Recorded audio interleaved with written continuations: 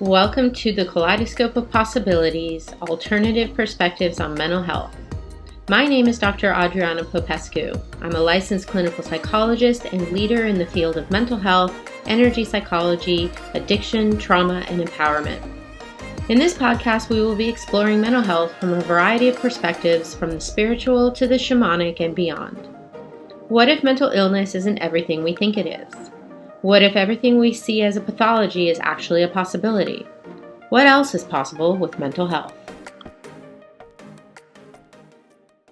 Hi, everyone. Dr. Adriana Popescu here with you today with another episode of Kaleidoscope of Possibilities, Alternative Perspectives on Mental Health. I'm really excited to have with me today a good friend and colleague of mine, Kim Lucien. She has dedicated the past 2 decades to an extensive exploration of diverse healing modalities. That's how we met, actually, encompassing both energetic and physical approaches, from energetic synthesis of structural embodiment, energetic manual therapy, emotional freedom techniques, and a whole bunch of other spiritual energy-based modalities. Her breadth of knowledge is vast. I can attest to that. Particularly close to her heart are the ancient Hawaiian healing arts, in which she holds a Master Kahuna certification across multiple modalities.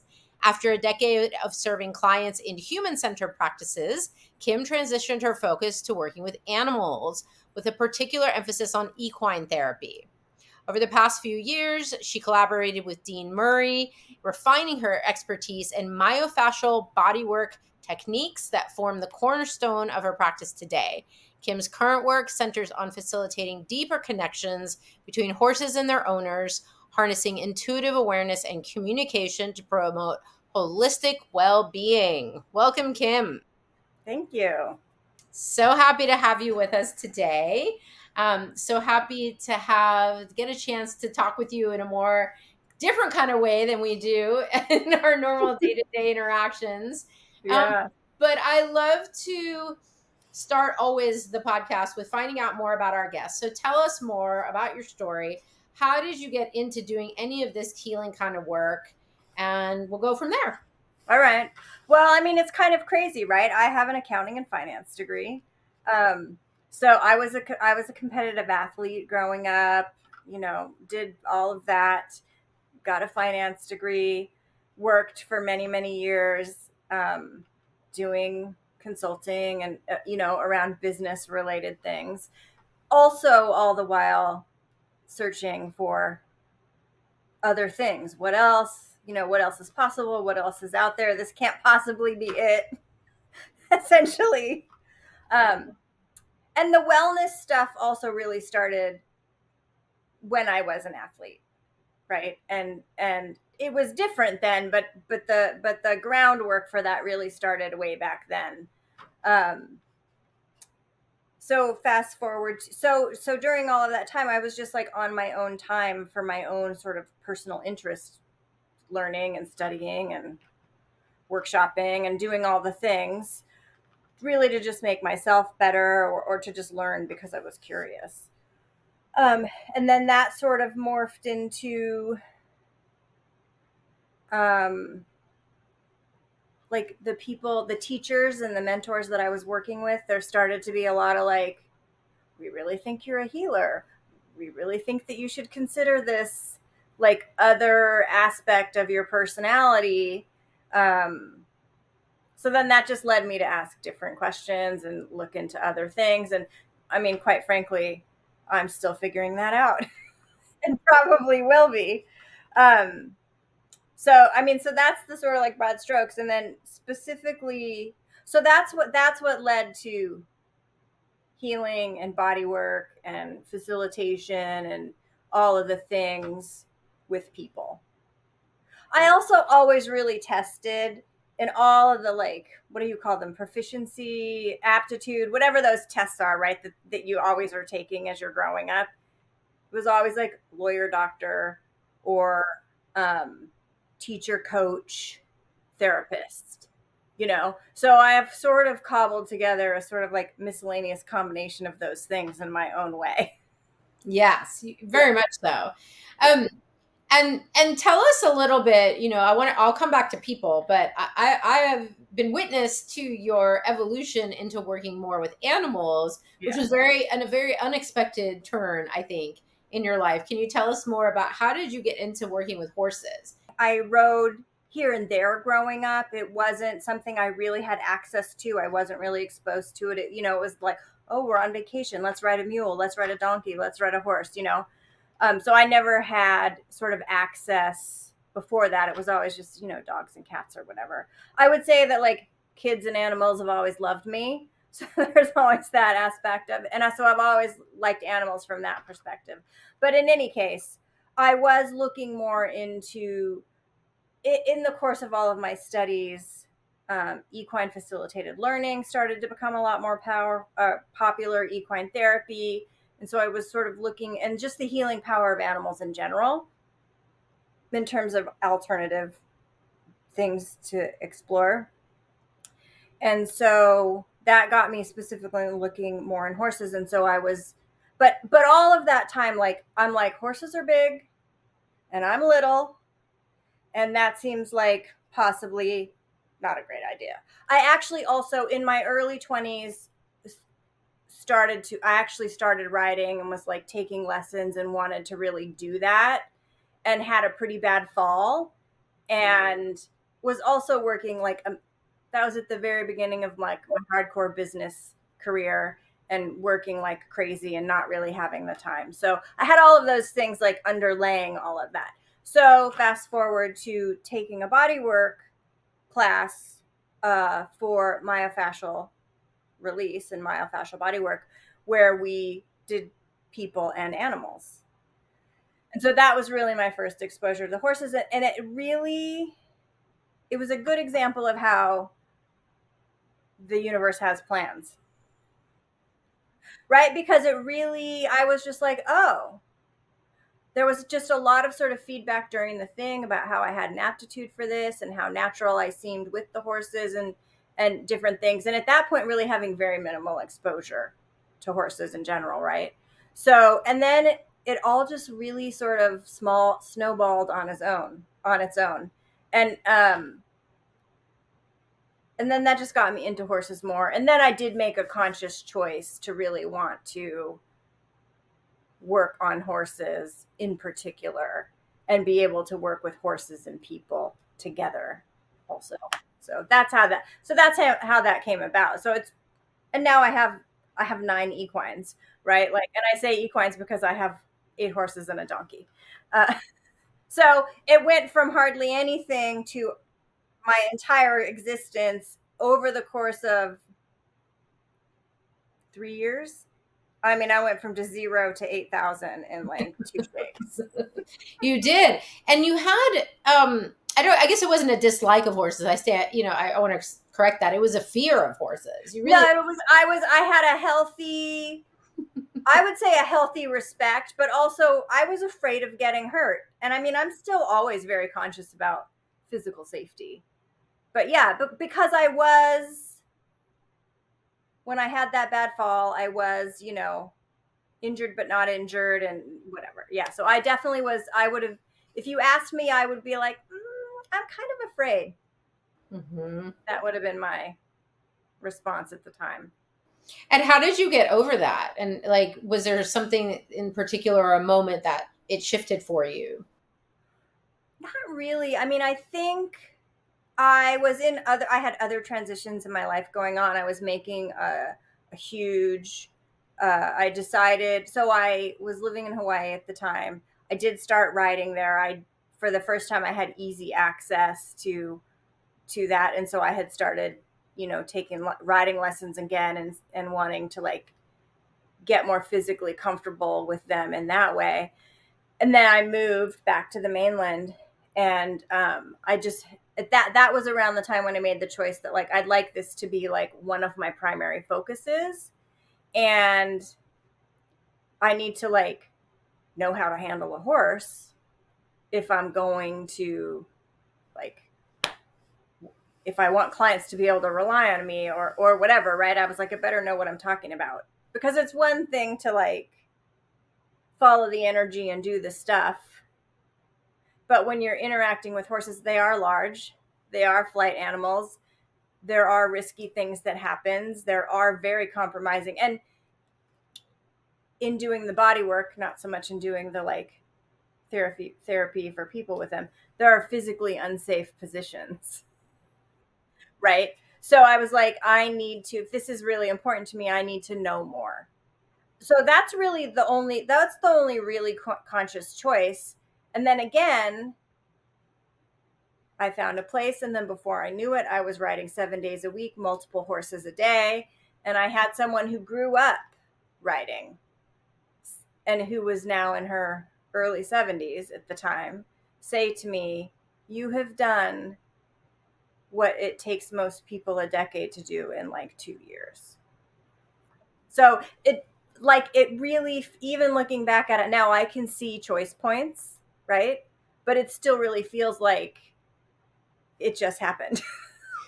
Well, you said a key phrase that we actually, I don't think in sort of the mainstream that people hear that often, or kids or anyone is ever really teaching us, which is to follow the energy. Yeah. Can you say more about that and what that means to you? Yeah. So I have a tendency to sort of like learn things backwards. And by that, I mean learn the super advanced stuff and then learn the beginning stuff. Um, so that's how sort of all of this happened as well, also. But so much of the studying that I was trying to do or doing with body work and even a lot of the energy work was very formulaic still. And I think that was part of my resistance to being a healing practitioner and all. It just didn't feel quite right, you know. Uh, or maybe another way I could describe that is it was not quite satisfying. You mean to follow a protocol like step one, step two, Yeah. ABCD? Mm-hmm. I now that I've come all the way back around, I have an appreciation for the protocol, and there are definitely moments when I'm working when I'm really grateful to have a protocol if I need it. Um, so I've been able to get, but in the beginning, it seemed like just not the right thing. Sometimes the protocol is great. Protocols do get created because they work in that order for a large percentage of people or animals, right? Um, so following the energy is just really using my knowing. It was just more about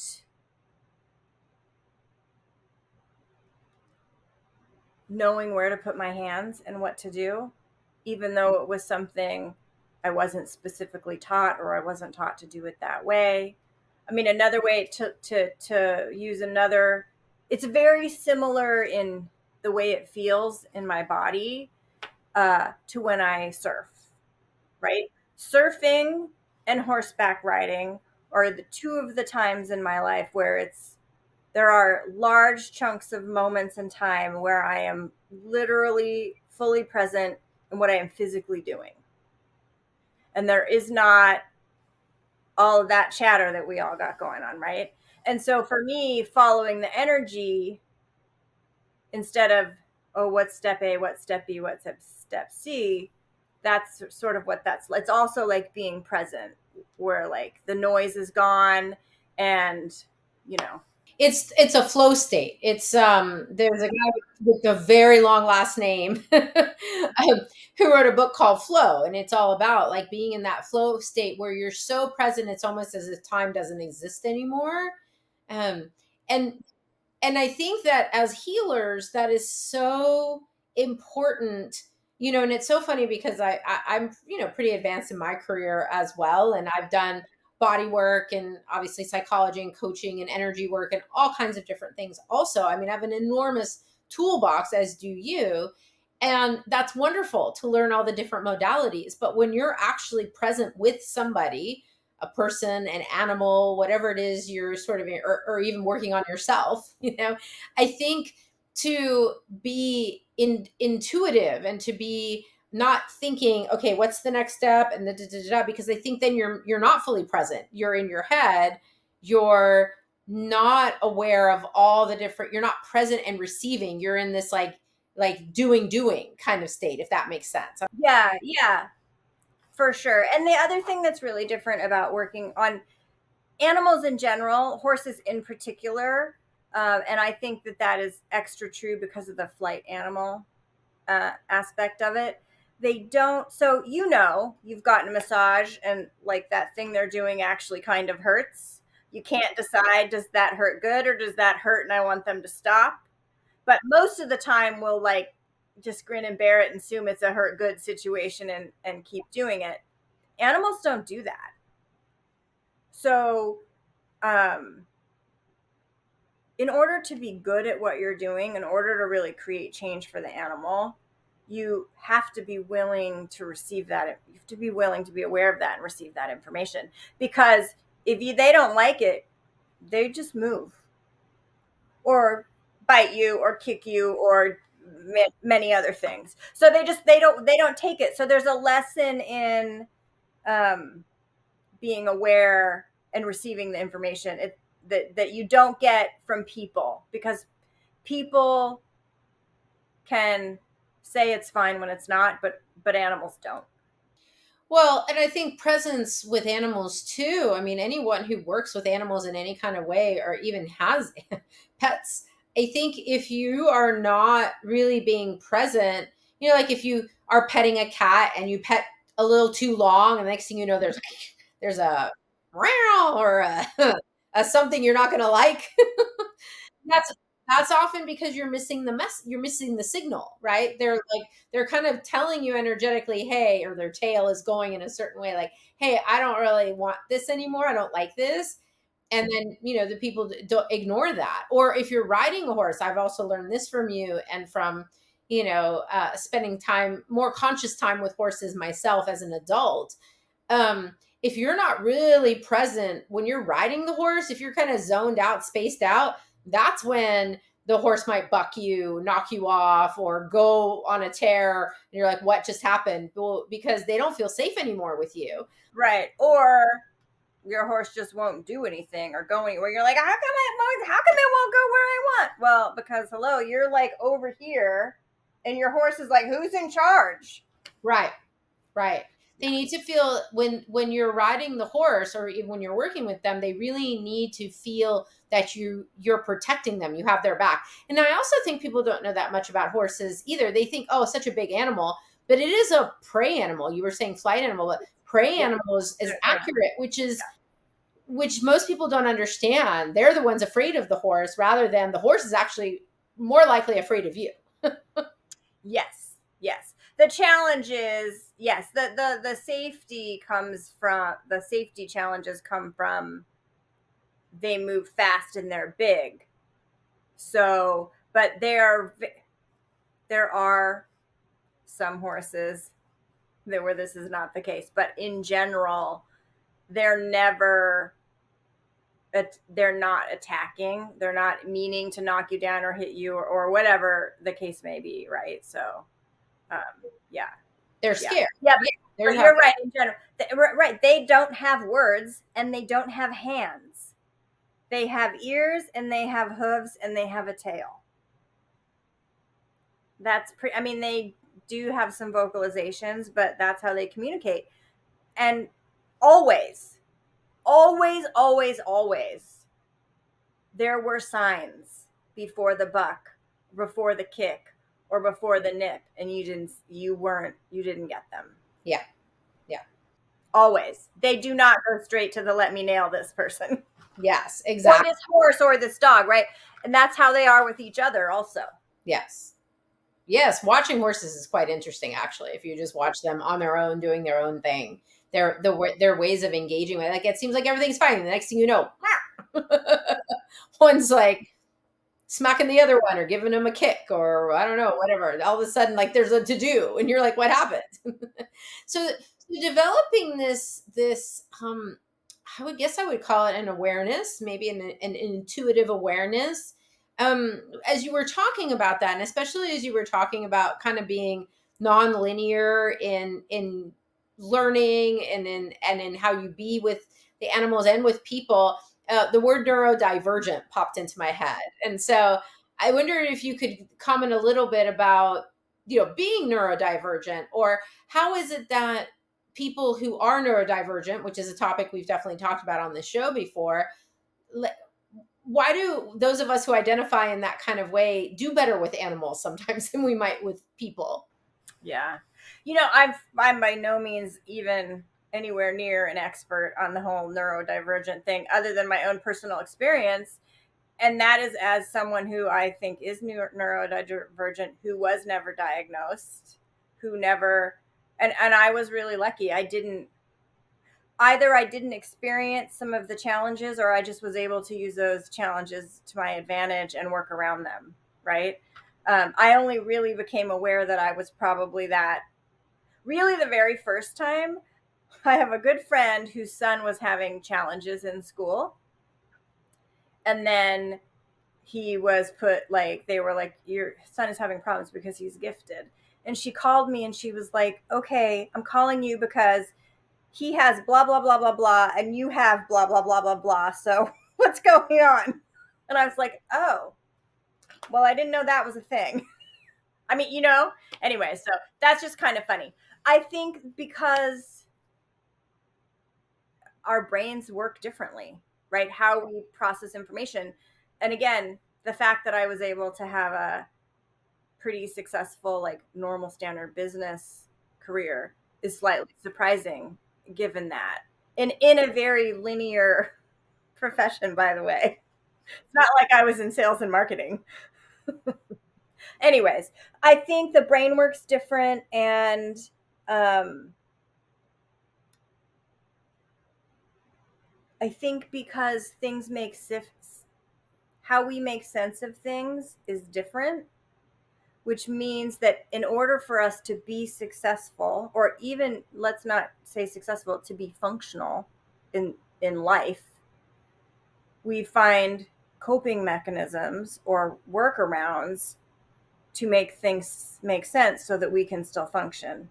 And so there's a sort of problem solving sort of skill set that gets built that allows us to see and receive information differently, and then be willing to, like, it's like if you picturing like a whiteboard with like a bunch of bubbles, and then I can sort of like slot them around, I guess, or like a game of Tetris, right? Like I can sort of like take all these divergent bubbles or pieces of information and then slot them together. I don't know if you can put words to this, but do you think that, I mean, what is it about horses in particular, right? Because they have a lot, when we talk about like equine assisted therapy, and maybe it would be helpful for you to maybe explain a little bit about what that is even. When they have like Yeah. kids, right? Kids who might be autistic, or kids who Yes. struggle with different behavioral issues, whatever is going on with them.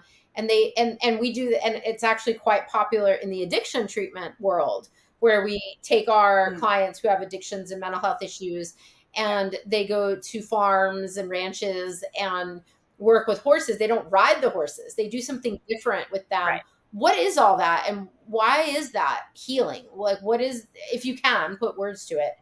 Yeah. Yes. So sorry, there's actually lots of things I want to say Yes. about that.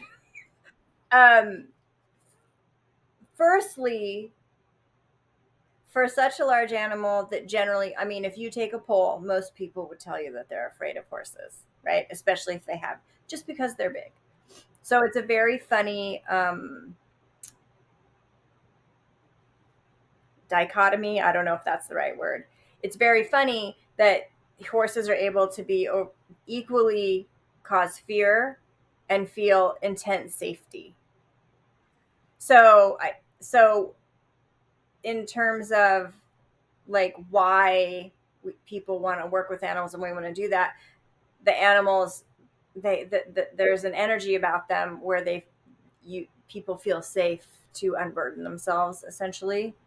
But to get more specific about it, horses have what we sorry. I've actually just had this conversation with someone else. Really. So first of all, horses are actually more conscious than people. If we're talking about consciousness, horses have, and this is to get really woohoo, like they're like at a fourth dimensional level of consciousness. Humans were like, most humans are third dimension, right? So horses are more conscious. Humans have more intellectual thinking capacities, right? So that's the difference.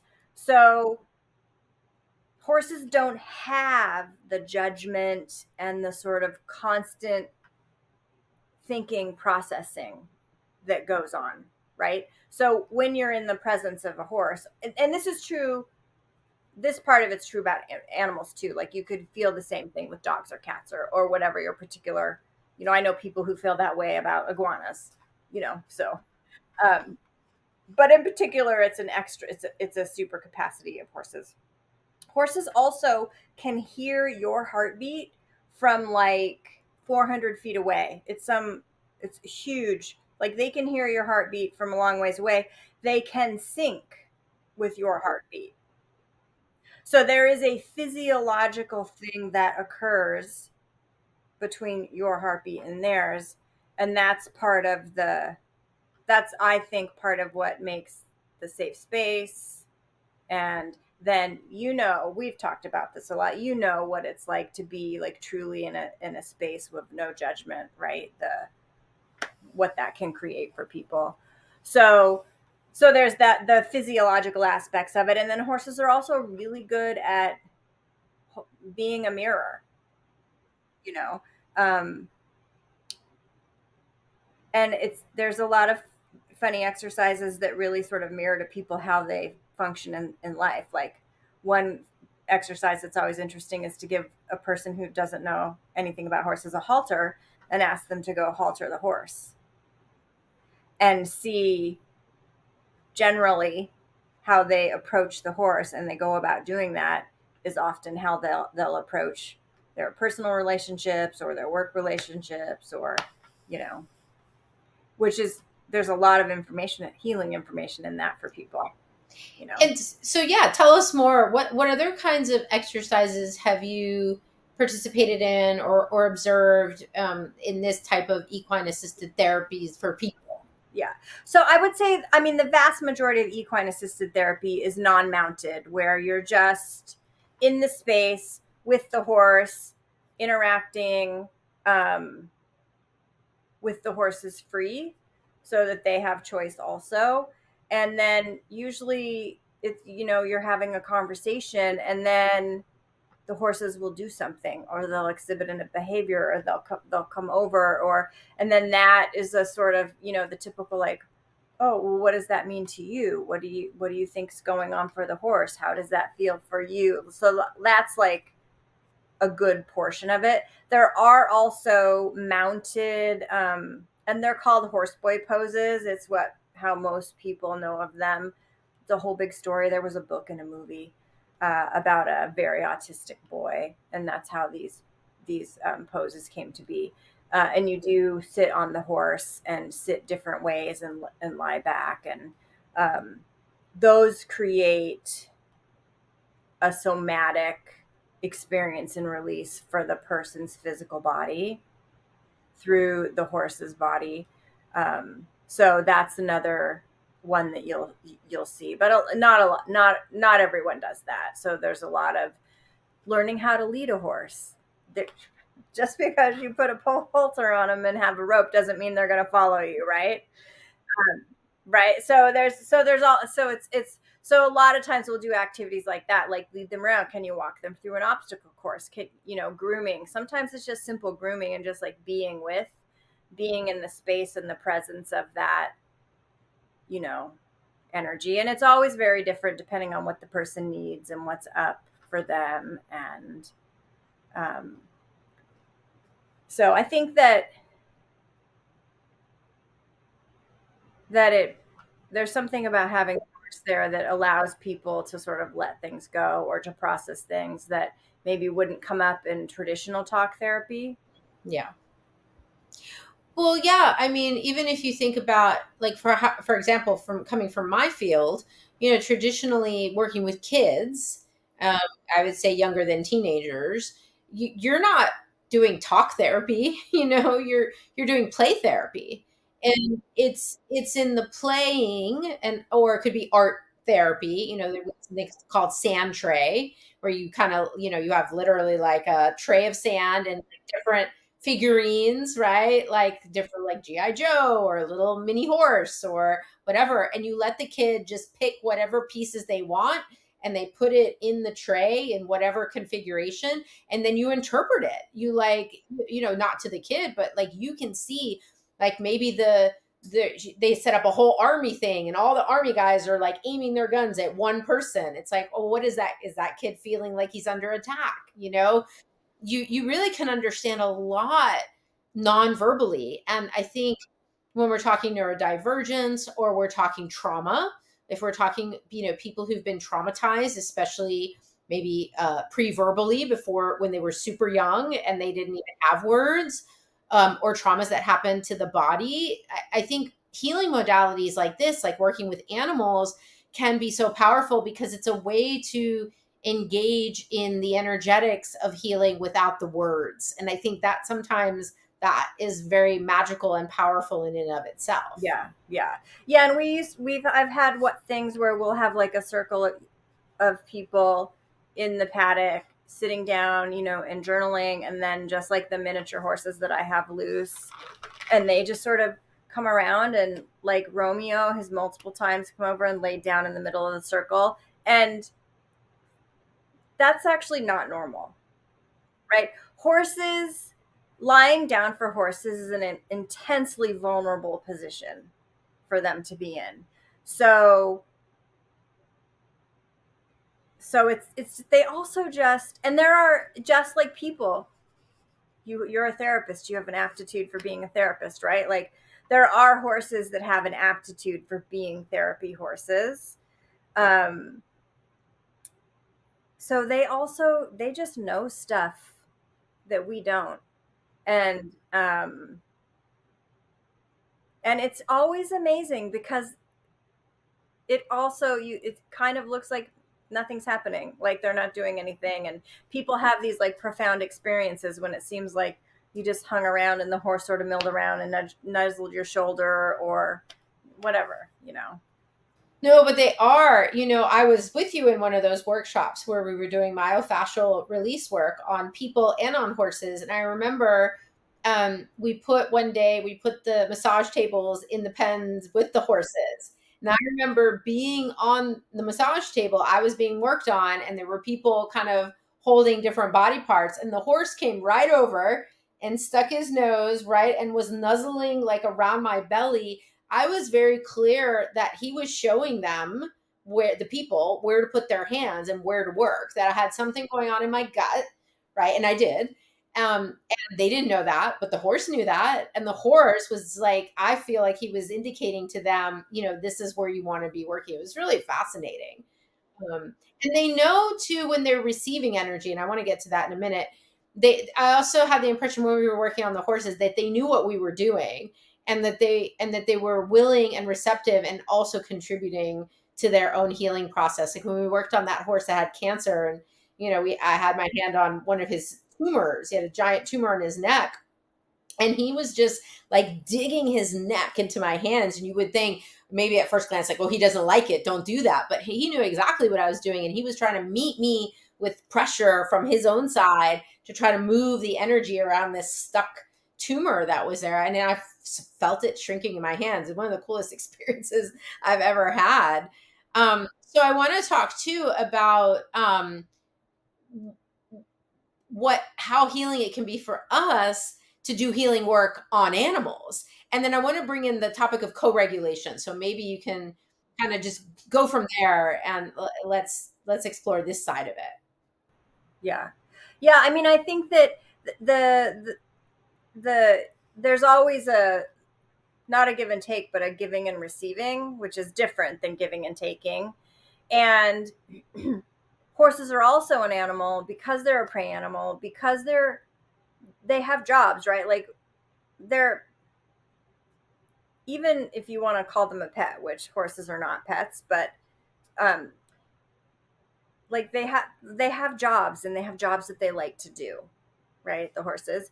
But also what that means is that in the sort of like modern horse world, there's a lot of things projected at, there's a lot of expectations for horses. And so when engaging with them in a healing manner, it allows them to do more than just perform, right? And create that, they want that connection with people and with their owners or their trainers or whatever. And so, but most people are not open to receiving that, right? They're not, they just are not there. So when engaging in healing with them in that way and working on them, it also gives them, it's like their ability to give to you and your willingness to receive it and have it allows them to heal themselves more. It allows them to release things that they need to release more easily than without that. Yeah. Well, and I think that starts to speak to co-regulation, which you kind of alluded to before when you were talking about the heart, that animals Mm-hmm. syncing up the heart rate and stuff. Well, like we will sync to each other's energies. And so we have a kind of a buzzword in psychology we're using now called co-regulation, meaning the energy I'm being is going to affect my client and vice versa. So if I'm dealing, for example, with a highly traumatized or anxious client whose nervous system is kind of wired up, tightly wound, and they're kind of hyper vigilant. You can just tell they're kind of in that stressed out, anxious state. If I can remain calm and not let myself get, pulled into that, if I can remain calm, it helps their nervous system attune, right, to Yes. mine. And then, and I think we've all, if you have a pet, this experience. You're sad, you're down, maybe you're crying, and then your dog, your cat comes and like could be your horse, comes and nuzzles you, right? And you feel like, oh, they understand I'm in pain, and they're here to help me, and like that, you can receive that. And it works the other way around too. I have a cat who's going through some challenges, and even yesterday he was just meowing and meowing, like he was just in so much distress, and I just picked him up and held him, and I'm like, it's okay. And I knew I was co-regulating, and eventually he calmed down. He just needed to be Yeah. held. I don't know what if you want to speak to that, but I think that in and of itself is part of the healing work. For sure, absolutely. And it's actually exponentially true with horses about the co-regulation. What's interesting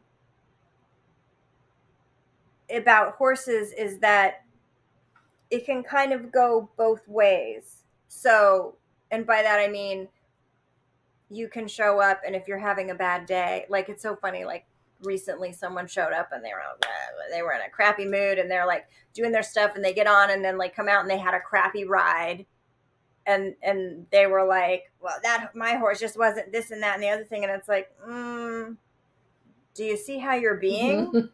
You had exactly the energy, he just matched your energy, and that's exactly what you got. So absolutely. And that's why, like, what's really good for someone who rides is you, there's a meme that goes around, only one of you gets to freak out at a time, Right. and it's never you. Mhm. But so that's true. So like when shit starts to go down, you have to, if you got to learn how to not let your adrenaline spike, or if it spikes, like to bring it right back down, because that will only escalate the situation. What's so, that's an interesting personal skill set to be able to, because I get startled and things happen, but I have to like instantly be able to like dial it back down. So what's interesting is that absolutely our energy and that can feed the horse and the animal, and then they match that, and then that's the experience you have. So like if I'm agitated, it doesn't take very much for my horse to get agitated, right? What's different, it's like they know when you can handle that, and they know when you can't. And I don't have any reason to explain how that's possible, other than they can also be the one who picks you up and holds you and co-regulates you. like you were talking about with your cat, right? So they can be the one that keeps it calm and brings you down. It doesn't have to be a mirror match. They can do both. Um, and so that's pretty interesting. That's a pretty highly developed capacity for an animal to have, to be able to do either or. And you can really see it the way that horses are with little children. They know that they're little and tippy, and they know, they're so careful with their mouth and their head and their feet when there's a little around, and they love it. Yeah. And so this really makes me think, to bring it back to the topic of mental health, Mm. like, how do you see, or what have you experienced or witnessed with folks who do have mental health issues, whether that's depression, anxiety, being neurodivergent or having issues with like ADHD or autism or trauma? I think that's probably a big one. What do you think working with animals, how can that impact one's mental health and healing from mental health issues? I think it just, there's so many breakthroughs with animals that people just don't get traditionally. There's just that space and that matching, that higher level of consciousness, and the combined with the co-regulation that happens, that I was just seeing a story recently that someone posted about how the son has a couple of different conditions going on, and one of the things is that the hands are always fisted because this is too much sensory stimulation, all right. But on the horse, he's completely relaxed, hands are open, you know. So it's things like that, where so there are things that are too hard or too scary or too triggering or overstimulating, that when you introduce the energy of the horse, are not any longer. So it gives them that little bit of space to make a little change. It can also be really triggering. You know, it's not like, oh, it's not all butterflies and roses. There are moments where there's like unexplained crying and screaming and intent. There can be very intense things also. Yeah. Yeah, but I mean that's what the healing process is. I think it's giving us access, particularly if we're working with bodies. It's giving us access to information, trauma, whatever that might be being held in the body. And then that was the other thing I wanted to ask about is the myofascial work. Like, how do you see that being healing for people's mental health? Like personal, like for people receiving my, For oh, people, yeah, okay, yeah. yeah. I think, to be honest with you, and this is probably controversial, but I don't think it's a huge stretch to say that the fascia is the key to all kinds of healing and transformation. It is everywhere in your body. It is everything. Uh, from even muscle is really the base level fascia, right? And the fascial network in the body is a conscious organism, and it is completely 100% interconnected. Uh, so it stands to reason that if you can work the fascia, you can create change on physical levels, because obviously we know you liquefy and release fascia and like physical things change. But I also think, for example, so you have it, let's use like a physical trauma as an example. You have a physical trauma, you can't, you have to wear a sling or whatever, you can't move your arm for weeks because of whatever. Well, now what, so you know this, but so the fascia around all of that gets tight and restricted from not working, because lack of movement does create more solidified fascia in general. But in addition, fascia's job is to make some things easier for you. So if you have to hold your arm like this all the time, then your body's going to say, well, let me make the fascia rigid, so then you don't have to use your muscles to do it. But now you're stuck there. So that same sort of concept applies to like a physical trauma that someone might experience of an abuse at some point. So I believe that at least some of the fascia, even if it doesn't create an actual physical restriction like the arm example, I believe that there are micro restrictions that get created in those spaces that hold that trauma, and they hold the energetic and emotional consciousness of that trauma. And the really cool thing about fascia is that it's actually reasonably easy to release. Yeah. If you know how to work on it. And Yeah. it doesn't recoil like a muscle does, right? So if you can get in and release those things and release those micro restrictions, it's a first step in starting to be able to like release the trauma or bring it up to talk about it, right? Because it's not the only way to do it, but I think that to be truly well and healthy and have a feeling of well-being, you have to have that piece too. You can do all the talk therapy in the world and you can feel better sort of emotionally, but if Mm-hmm. that little bit is still in there, it's still in there.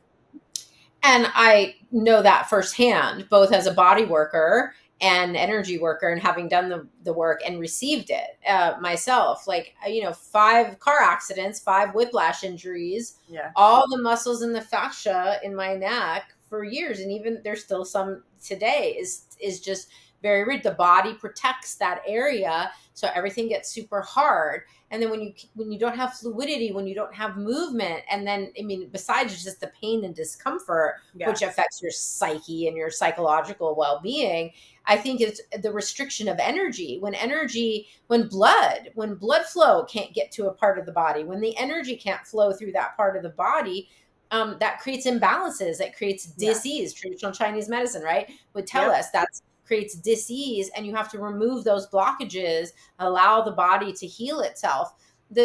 In Chinese medicine, they don't talk about like depression, anxiety, trauma as a mental thing. They're looking at the physiology of it. They don't sit there and talk to you about what happened. They're looking to like find out where things are blocked or imbalanced, and then restore that Right. balance, whether it's Yeah, with to me restore the flow.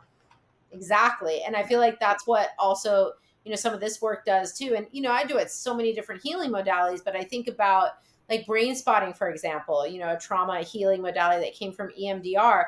I know when I'm receiving brain spotting, especially if I'm working with some of this physical trauma in my body, I'm doing like these micro movements. I might not be like pressing on the fascia or doing the kinds of release we know, but like I'm doing a micro movement, and I can tell when I move my neck just as micro inch here or there, less than an inch, I can feel something. And I've had experiences of like the intense like pain of that experience, or the anger or the sadness or grief or tears might come just from like a micro movement against an area that's Yeah. held like that, moving, and then it releases, and then I can move a little bit. It's a little bit, it's Hakomi was kind of the modality that I got that from. Mm. But it's really fascinating, and going, following the energy and trusting the flow. I tell the people that are working on me, don't worry. If, hey, I might start unwinding. I might be down on the floor, like moving my body around. I'm not looking at the pointer. I'm not doing the protocol or procedure. Yeah. But for me, this is incredibly healing. And so I just love that we're able to have these ways of working with folks beyond just talking, Mm. that can create such powerful healing for these conditions we call mental, which really are energetic. And what a gift to be able to have these modalities in the world, and to have the animals uh, join us in that. It's really something to try at least once. I agree. So if people want to find out more about you, you're located in Southern California, right? Like where can they go? Kim Lucien is my normal website. You can get on my contact information is there. I'm on Instagram and Facebook, although not so super present on Facebook, but I am there and you can reach me there. Um, and then, I've even done sessions with people over Zoom, I'm with the horse, whatever. So all kinds of crazy things are possible that don't seem possible.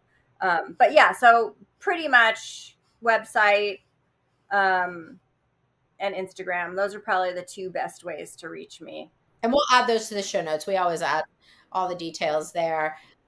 This has been such an interesting conversation. It's making me want to get like some work done on my body, mind, and spirit. Any final thoughts for us before we wind it down here? I think that still today we don't include our body enough in what we're doing, or we're trying to get well because our body is really screaming. And so what can you do to have more flow between the two and to combine those things, and how much will that exponentialize your ability to like change things, I think really, and moving the body is really like, if you want easy ways to start trying to do this yourself, you don't have access to things or whatever, move your body however it feels good. And how are you breathing? you know um those are simple things because what I didn't, fascia is a communication network also for the body, and so those are ways to communicate with it. So if you just start having that conversation with yourself and with your body, you can really start to see, little changes. Wonderful. Thank you so much for our conversation today. Thank you for the gift that you be to the world, to the animals, the people, everyone that you work with. And thank you, everyone who tuned in today. If you have liked this podcast, all the things: share, like, review, subscribe, all things that will help us get this information out there in the hands of more people who are looking for it. Thank you, and we'll see you next time on Kaleidoscope of Possibilities. Thank you for joining me for this episode of Kaleidoscope of Possibilities, Alternative Perspectives on Mental Health. This has been Dr. Adriana Popescu. If you enjoyed this episode, please like and subscribe and share with others. To find out more about me, my guests, and more, please visit my website at adrianapopescu.org. See you next time.